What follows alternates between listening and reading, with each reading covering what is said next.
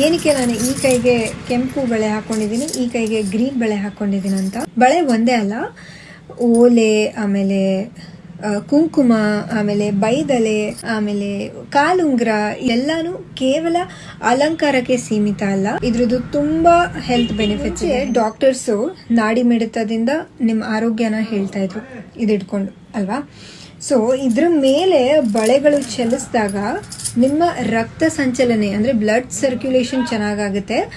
ಆಮೇಲೆ ಈ ನಾಡಿ ಏನಿದೆ ಅದು ಡೈರೆಕ್ಟ್ ಹಾರ್ಟ್ಗೆ ಕನೆಕ್ಟ್ ಆಗಿರುತ್ತೆ. ನಿಮ್ಮ ಹೃದಯದ ಆರೋಗ್ಯ ಕೂಡ ಚೆನ್ನಾಗಿರುತ್ತೆ. ಅದು ಒಂದು.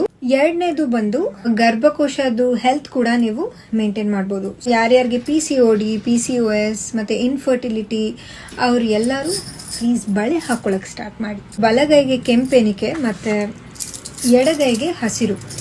ಸೊ ಕೆಂಪು ನಮ್ಮ ಬುದ್ಧಿ ಮತ್ತೆ ಬಲದ ಸಂಕೇತ, ಹಸಿರು ನಮ್ಮ ಭಾವನೆ ಮತ್ತೆ ಸಮೃದ್ಧದ ಸಂಕೇತ.